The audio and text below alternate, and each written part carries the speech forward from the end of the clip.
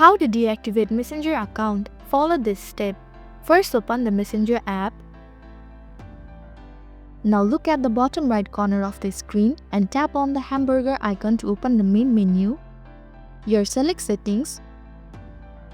Scroll down the Settings menu and tap on the See More. In the Account Center, find and click on Personal Details. Furthermore, select the Account Ownership and Control to Access option related to deactivation.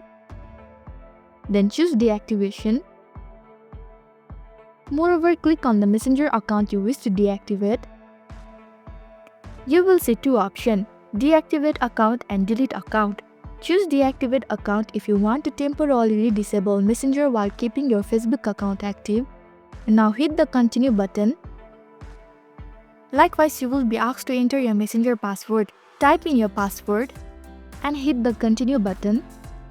Choose a reason for deactivating your account from the list provided. Then tap Continue. Finally, you will be redirected to the login screen. That means your Messenger account has been deactivated. So this is how to deactivate Messenger account.